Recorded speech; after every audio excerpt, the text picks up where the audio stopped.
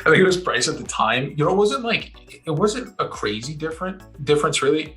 But at the time we weren't like I wasn't comfortable with spending a whole lot of money each month on anything. You know, like our softwares before were like $50 a month, you know? So even like Sin 7 was a decent jump for me.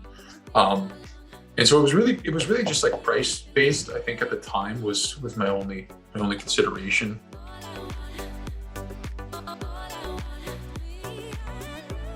We were essentially done. And then it came down to the QuickBooks integration. I felt kind of, I don't want to say lied to, but like like misled in a way because I spent my money on it already, and we were like 95% done, and they were like, okay, let's like connect QuickBooks, and then the QuickBooks integration didn't go into detail. You know, it wouldn't provide.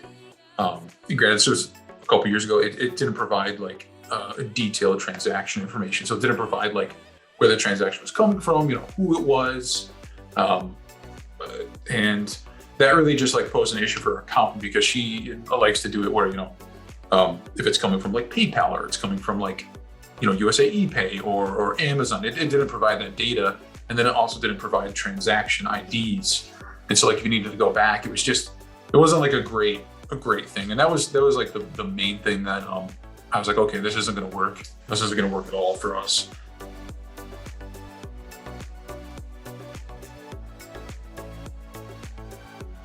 I'm pretty tech savvy, but it was still, there were parts of it, you know, just like connecting all the APIs and making sure stuff functions well. It wasn't the easiest thing really.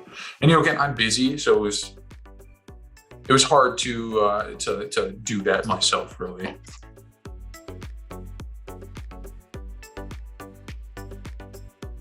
There was a thing I learned called sunk cost fallacy. It was one of the things I learned. It was someone at BrightPro actually who told me that. And ever since then, it was kind of like a life lesson of like, don't go the cheapest route. And like, you know, if a like just a tech platform or something like that, anything in my tech stack, like if it has a like guided approach, I prefer that 100 times. You know, I don't even bother like looking for something that's like, you have to install it yourself.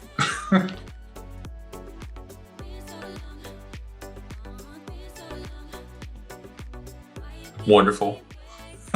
It was really, really nice. First of all, like having like someone fully train you on all of it and just guide you through like every single thing.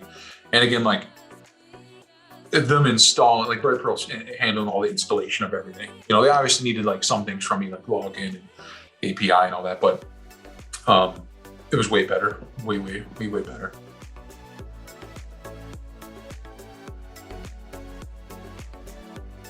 I think it was 90 days, 3 months. It was pretty quick. I mean, I worked hard to, you know, have more meetings with Chris to make sure that we were like on track because I didn't want it to take like 6 months or whatever. But no, it was fairly quick.